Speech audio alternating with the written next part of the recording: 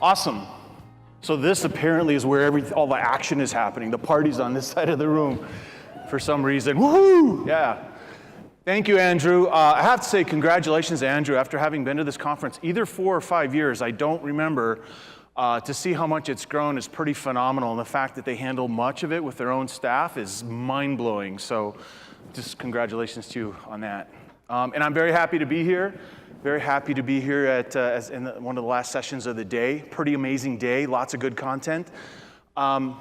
So I'm going to talk about influence. Here's a quick question for you. How many people in here, and I can see already who's going to say yes, but how many people in here have been called an influencer or been included on a list of some kind? Anybody? Yeah? Okay. How many people in here have persuaded a friend to do something or suggested something, and then that person did the thing? How many people have done that? Everybody, yes, yes. So why do I ask you this? To get you to lift your damn arms up, that's why. No, it's because I have an attitude about influencer marketing, and that is everybody is influential about something. I mean, really, we are. We are empowered to create, to publish, to share our passions, to attract an audience of other like-minded individuals with so many different devices today.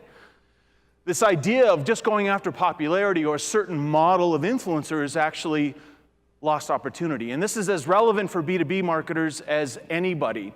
So I'm going to dig into some of the details of that perspective as well as some research. Oh, speaking of, just let's get this out of the way. Go ahead and take your pictures, download this right away. I don't know how long it'll be up on the end.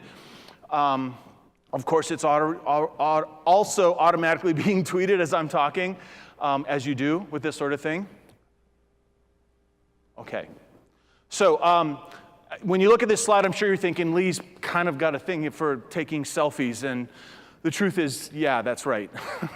It's an addiction. But what I also get to do is work with some of the most amazing B2B companies on the planet. And we have an amazing agency, great talent, amazing clients. And it's by working with those people that I get to learn the kinds of things and experiment with the kinds of things that lead us to the insights that I'm going to share with you today. So thinking about B2B and content especially, there are some fundamental goals people have. Obviously, we want to attract the right audience. We want to engage them in a meaningful way, and we want to convert them in some way. But we also want to retain them, and we want to inspire advocacy. These are fundamental objectives that exist with any kind of marketing, and certainly with B2B content. But there are some obstacles on the side of consumers or buyers, right? People are doing things like adding ad blocking. They don't trust formal brand messaging. They ignore ads. They are perplexed by the paradox of choice that comes with information overload. And buyers are pulling themselves through the majority of the sales cycle, as I'm sure you've heard many, many times. And whose information are they consuming? Is it yours? Is it somebody else's? It's hard to say. And on the side of the brands, of course, a lot of B2B marketers are still reactive in the marketing that they do. They're reacting to the competition. They're reacting to others in the marketplace. They're reacting through shiny object syndrome. There's still content that's very egocentric, very much about the brand and what it wants to get out. Short-term disconnected campaigns. And of course, I'm sure you can relate, limited resources.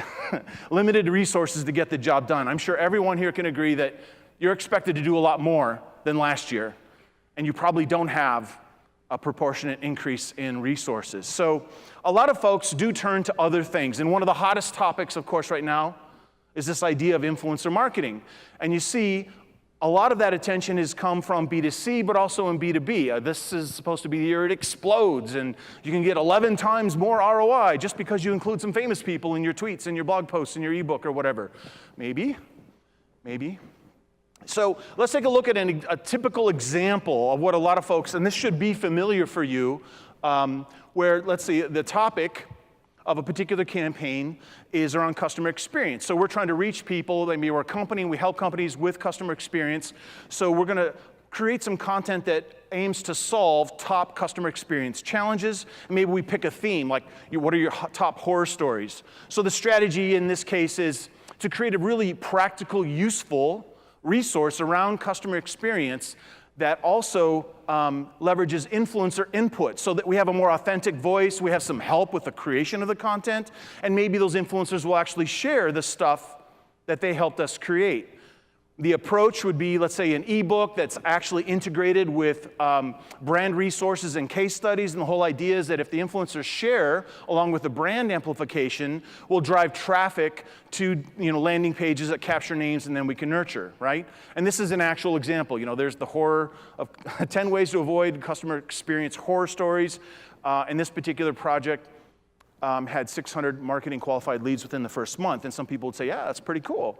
But here's the punchline, here's the question. What role did influence actually play in this situation? Right? Somebody decided to go and identify people who are known in the industry by some criteria and invite them to contribute content. But did it influence anything, right? The choice to involve influence in the marketing came from identifying the people, but then what? And that's the big disconnect. That's where a lot of money is being left on the table. And I think people really need to consider, what does influence actually mean? And it means the ability to affect action, right? If you're incorporating influencers into the things that you're doing, and they are not causing action, business outcomes, then what you're doing is pure speculation. And I know as marketers, we're in the business to speculate a little bit, but it's a lot of wasted resources. So influence is many things, but it's not about popularity. It's not about people self-anointing them with the designation of influencer. In fact, if you see influencer in someone's social profile, there's a very good chance they're not. If the king has to say he's a king, then he's probably not the king. It's not the same thing as advertising. It's not a one-way method of communication, and it's certainly not static. Influence is temporal. Everyone is influential about something, but we don't have the same influence all the time. And there is a lot of nuance and art in the science of marketing working with influencers.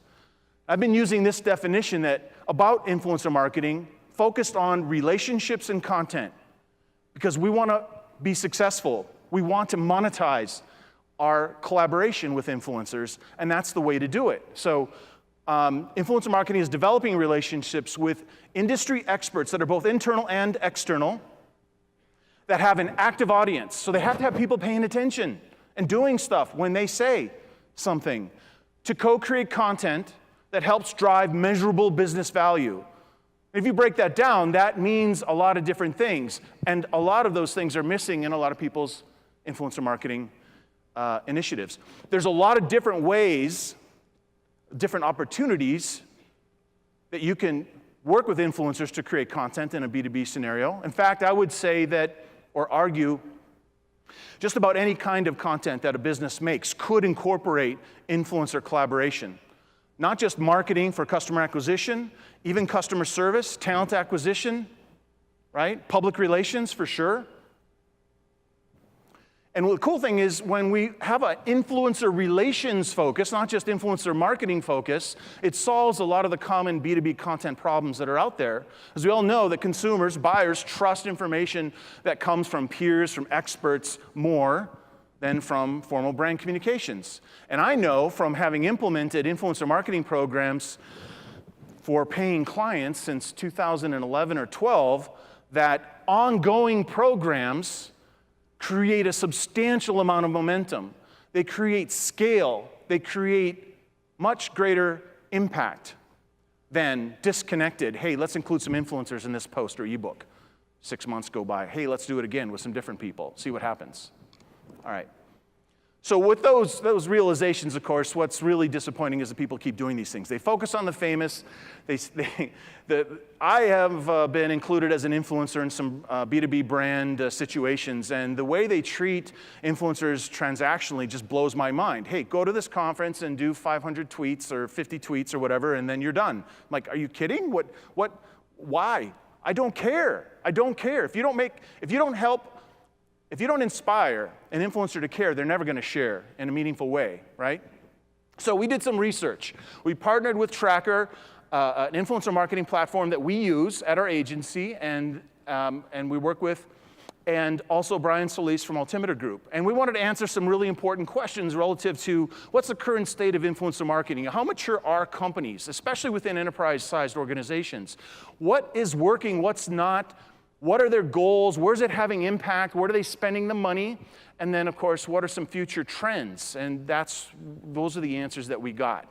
And the result was this report that I shared earlier, Influence 2.0, the future of influencer marketing. So the types of companies, as you can see, are listed there. 48% of the respondents were companies of 10,000 employees or more, and most of them were senior executives. And we covered all those sorts of topics, right? I'm going to share 5 key insights out of that research with you, and then after that, I'm going to share with you 3 very practical, as in go back to the office and do this stuff, models for B2B influencer engagement. So the first insight, which was, you can expect this, I suppose, is that B2B is woefully behind B2C when it comes to influencer marketing maturity. And the reason why is that they're not ongoing, they're not integrated, right? 55% of B2C companies from this survey are implementing ongoing and integrated influencer programs. Only 15% of B2B companies are. In fact, 49% of B2B companies are still experimenting. So I'm an optimist. So I look at that and go, that's a great opportunity. That's a great opportunity for B2B companies to create relationships with those tier 1, 2, and 3 influencers in your market so that your competition doesn't. Because they're still experimenting too. Another insight is that, of course, influencer marketing is underfunded. Overall, only 10% of marketing budgets are being allocated to influencer marketing. 50% of the companies that responded are spending less than $100,000 a year. Now, the good news is that 55% of companies said they're going to spend more in the coming year. And of companies that are using a platform of some kind, 77% of those are going to spend more in the coming year. So there's a bit of optimism for those that are a bit more mature, whether it's integrated and ongoing or whether they're actually using a platform that helps them scale. Obviously, a best practice for underfunded programs is to maybe fund them. Not rocket science, I guess. I mean, you could have 6 people contribute to this ebook and it's successful, but what are you going to do with them the rest of the year, right? Is it all one-night stands, so to speak, or are you going to actually create something that means something, right? And this can extend beyond just marketing, right? So when you think about budget, and I know it works different with different companies, but paying for a platform can, and if the utility that comes from the platform investment can extend beyond marketing, maybe you can have some help with that investment. Another insight, what are the top goals? The top 2 goals were about brand visibility in the 90%, right? After that, it was about reaching target audiences more specifically. And I thought it was also interesting that 74% wanted to improve sales conversions and 67% wanted to drive better lead generation by working with influencers. And I think those are very accurate. Those are great goals. Those are totally possible. When you look at the entire customer lifecycle, that sort of infinity symbol that I shared earlier, influencers could play a role at any stage helping to answer those questions that buyers have at every stage of the buying cycle. A best practice in terms of goals, there are many things I could share here, but one I wanted to really accentuate is the alignment of understanding both brand goals and influencer goals. The brand wants content and awareness and traffic and leads and sales and maybe develop relationships, right? But the influencer doesn't want exactly the same things, right? Sometimes they do. They want peer recognition. They want exposure. Some of them will want money. You don't, and it's a question that's going to come up. Is it, should we pay them or should we be just a collaboration? It really depends. We, as an agency that works with lots of very large, complex organizations and mid-market companies, we rarely ever outright pay influencers. But that's because we create so much value that it attracts them, and we create relationships with those influencers so they transcend clients. Whereas a lot of companies go, okay, let's get on the influencer marketing train. Now we've got to go find some influencers. And that takes time. Another insight, top areas impacted by influencer marketing. 80% said content marketing. Content is the biggest area, or content is the area that is most significantly impacted by working with influencers, which is great because that's how you monetize. Right? The other thing about content and influencers is that you can use content to develop the relationships.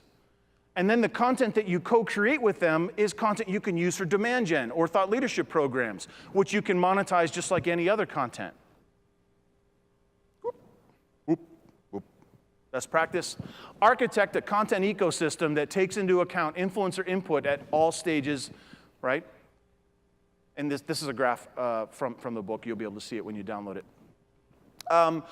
And the long-term focus is really the thing about Influence 2.0. And what Brian Solis writes in the book or in the report, excuse me, is this shift from influencer marketing to a more relationship-based approach, right? Influencer relations. And it's a long-term, it's a long play kind of thing, right?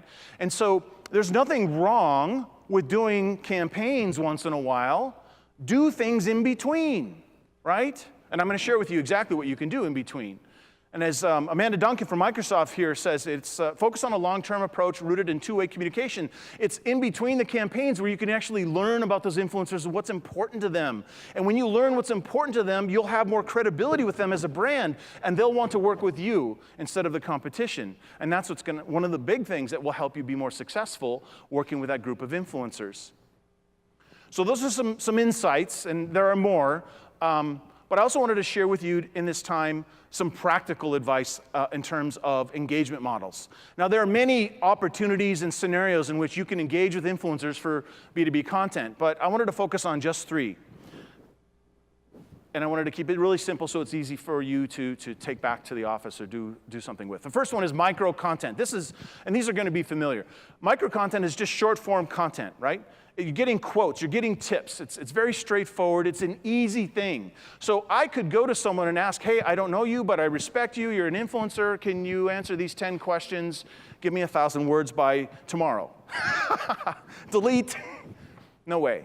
But if I ask 10 people one question, now I've got 10 responses probably, or 8 or 9, and that cumulative effect of 8, 9 answers from different people is way more valuable than the 10 answers from the one person who doesn't want to do all that work anyway, right?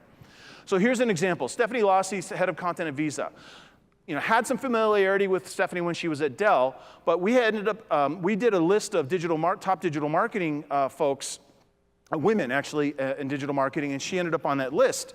And we drilled down after that experience and said, hey, Stephanie, would you mind giving us a tip for another article that we were writing? And she was easy to say yes, because she had received that recognition on our blog before, and she was open to the idea. And then when Content Marketing World happened, and she was one of the head keynotes, or the main keynotes, going to her and asking her, hey, would you mind doing that 10-question interview? It was yes like that, because we had created positive experiences leading up to that, right?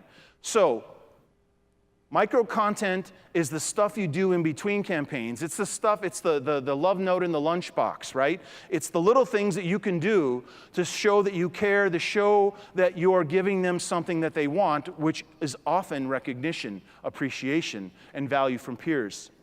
Speaking of influencer lists, I mentioned lists there. There's a lot of SEO love from influencer lists if you do them right. In fact, this is a risky thing for me to do, go to Google right now and type in content marketing influencers, and you're going to see the top ranking, or one of the top ranking URLs is from our blog, but who cares about that? What matters is that giant one-box answer with an image, yeah? And the same thing with B2B marketing influencers. That's premium real estate, we all know, but it's based off a list. So there's a direct connection between topical authority, it's not exactly author authority, but the authority of individuals and their relationship to content has pretty amazing SEO impacts, and that's a topic for a whole nother presentation. But just think about that. When you construct, in a modular way, content inputs from different influencers, the themes that you use to plan that kind of content and how you construct it and repurpose it can have great impact as you intend, but also for SEO. Campaigns.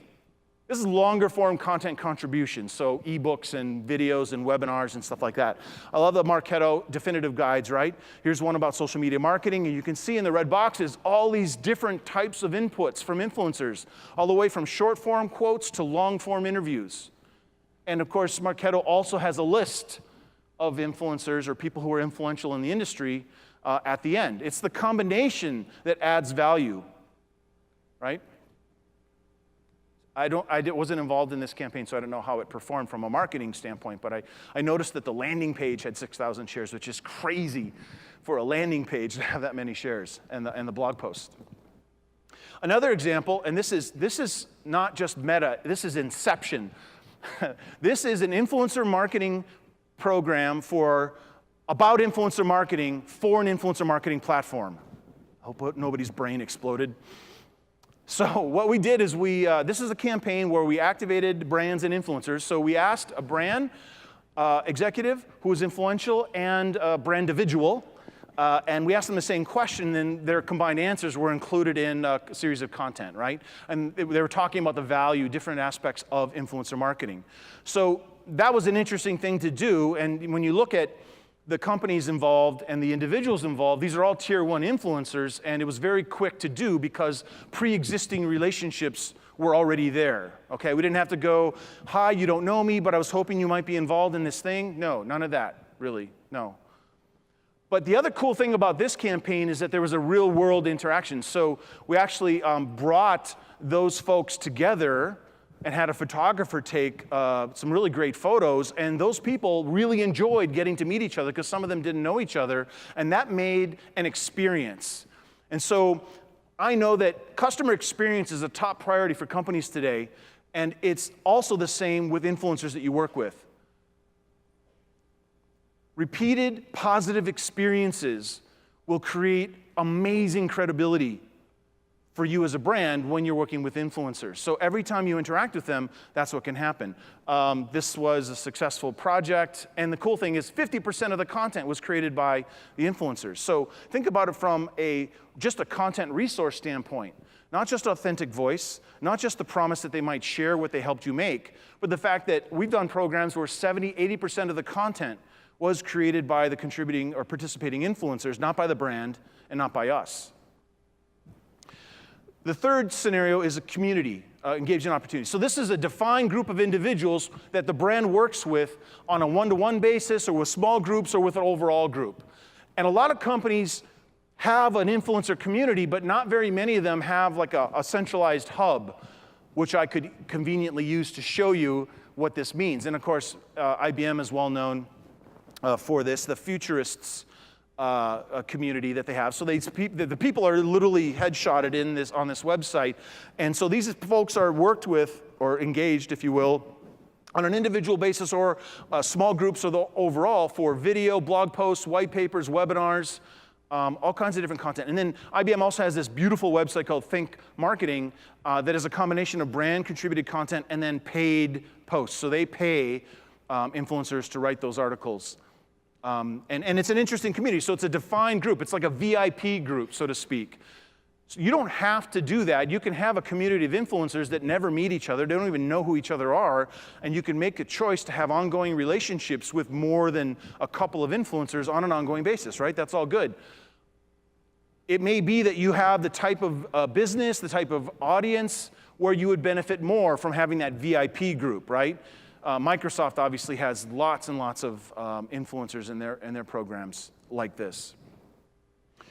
So I want to talk about a couple other things. So shared some insights, some engagement opportunities. I want to talk about measurement.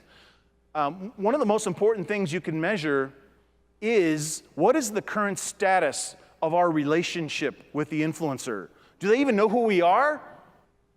Right? Are they engaging at all? Are they contributing? Are they advocating?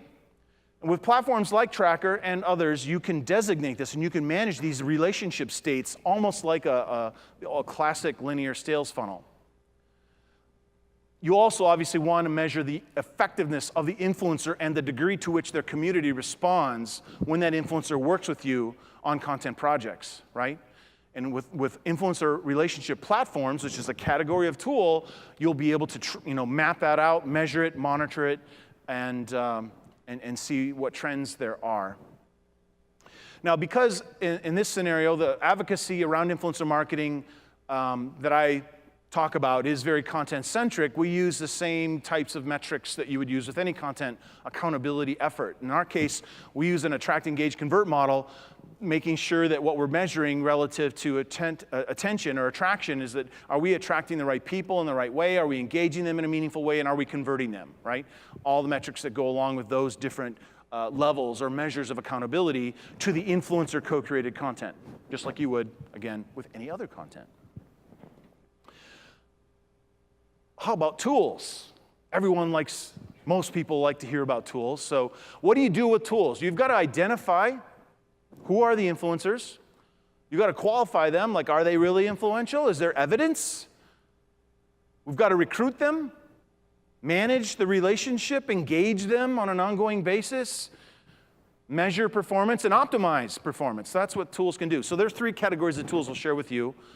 And I'm sure these decks will be available to you afterwards as well. Specialty tools. Keyhole is a really cool tool, very event-focused.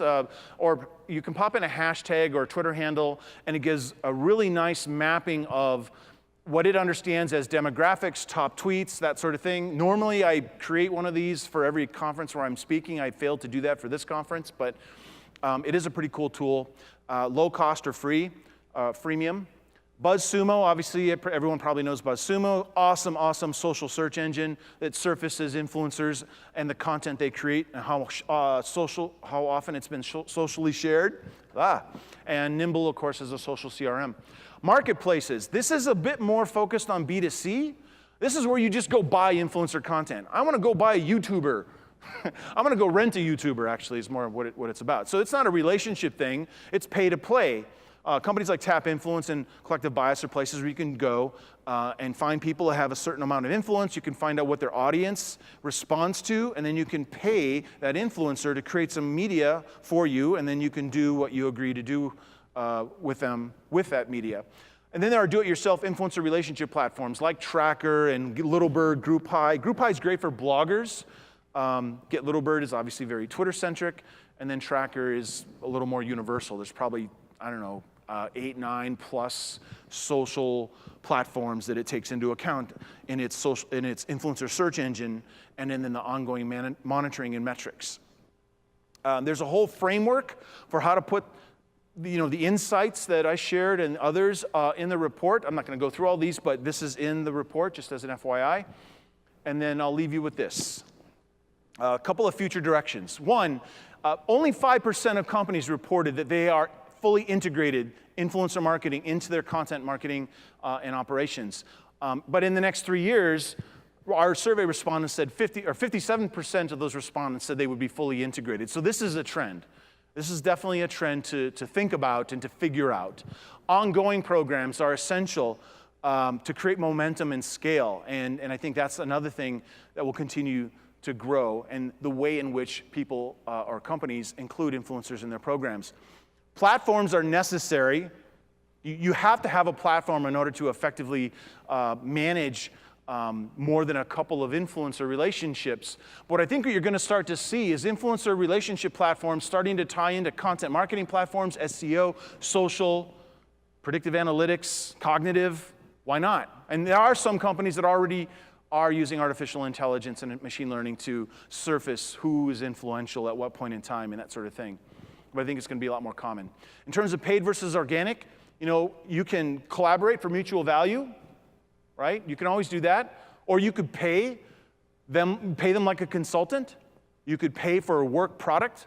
One thing I think you're going to start to see is, right now there's a lot of B2C-centric influencer marketplaces where you can go shopping. But what there isn't, and what there will be, are B2B influencer marketplaces. Agencies, even like ours, that are acting like a talent agency for the influencers as much as we are working as an advocate for our brands that we work with. And then the notion of who is influential.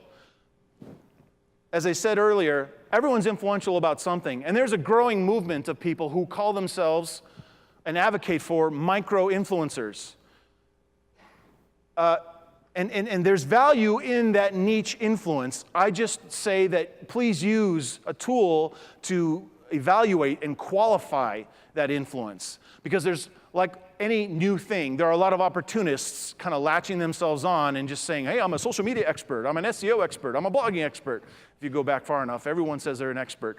And there's a lot of people calling themselves micro-influencers as a way to monetize their love for YouTube, Snapchat, and Instagram, and that sort of thing. So just be aware that that exists, but also please make sure you take advantage of those opportunities to work with people that are coming up in your industry, people who are coming up in your company.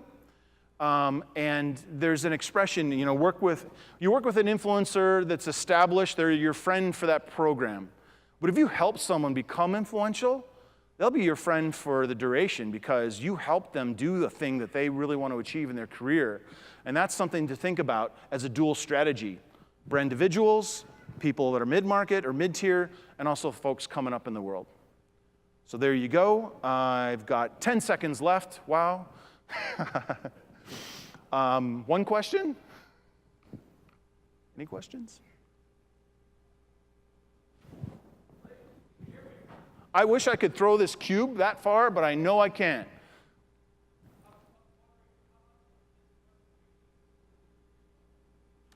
How much of the presentation is included in the report? The statistics slides, any slides that had those pastel colors and statistics, those are the parts that are in the report. Otherwise, the deck, I'm sure, is available through the conference, or you can let me know. Okay, cool. Thank you very much.